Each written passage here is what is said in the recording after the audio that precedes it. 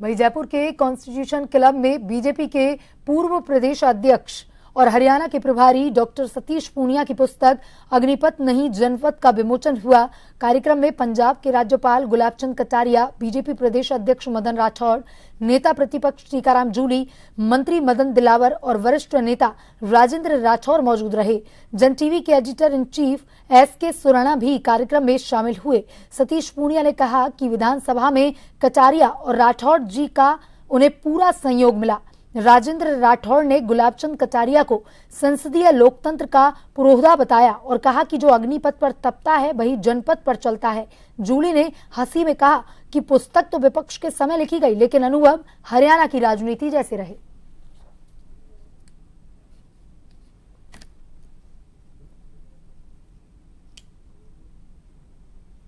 मैं जब विधायक बना तो रोमांच था और ये सोचा था कि पूरे 5 साल एक विधायक के रूप में, विपक्ष के विधायक के रूप में काम करूंगा, लेकिन मेरी उस गति को थोड़ी दिक्कत आई। प्रदेश का अध्यक्ष बन गया, कोरोना आ गया, लेकिन फिर भी आदरणीय गुलाब जी नेता प्रतिपक्ष थे।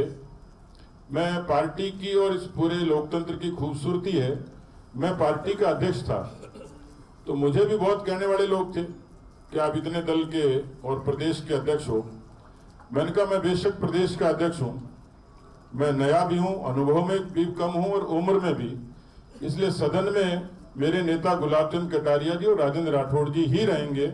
और मुझे इस बात की खुशी है कि सदन में इन पुस्तक में भी उस बात का उल्लेख है कि हम तीनों ने ही अपने दल को सदन में पूरी मजबूती के साथ स्थापित करने का काम किया।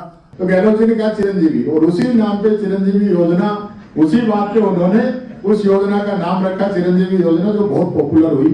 तो ये एक खूबसूरती है हमारे पक्ष की, विपक्ष की।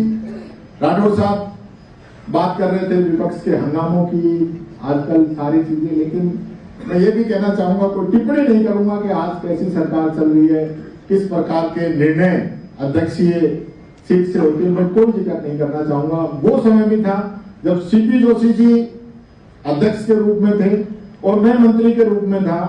एक क्वेश्चन आया लेबर का, उन्होंने मेरे को डांट लगाई, क्वेश्चन को स्थगित किया, आधे घंटे की चर्चा लेके आए, शायद दिलावर साहब का था क्वेश्चन, आधे घंटे की चर्चा लेके आए कि नहीं जवाब देना पड़ेगा जब माननीय सदस्य ने क्वेश्चन पूछा है।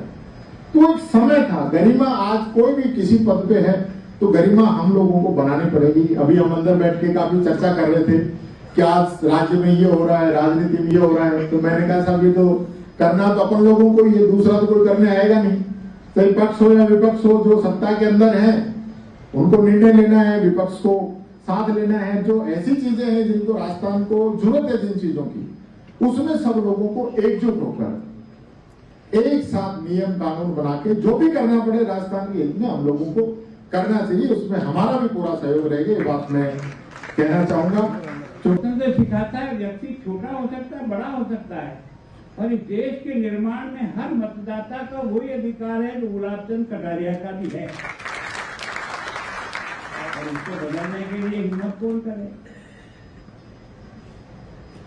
और फिर हम लोग भी सोचेंगे यार ये सब तमाक धमाक है कि इसको क्यों, मजा तो इसी में जिंदगी में, लेकिन जिंदगी में मजा नहीं है। आपने मुझे सोने के पिंजरे में बंद करने की योजना बनाई।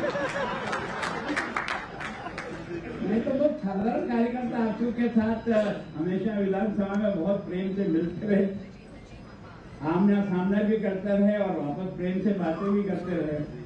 लेकिन योग होगा मेरा, जिसके कारण से आपने मुझे उस सम्मानित पद पर भेजा। लेकिन मैं सोचता हूं कि विधानसभा की कार्रवाई को एक ही टर्म में रहने के बाद सतीश जी ने जिस प्रकार का ऐतिहासिक काम किया है, सतीश जी मैं आपको बहुत बहुत धन्यवाद भी देता हूं। मैं आपको वास्तव में इस लोकतंत्र की आपने जो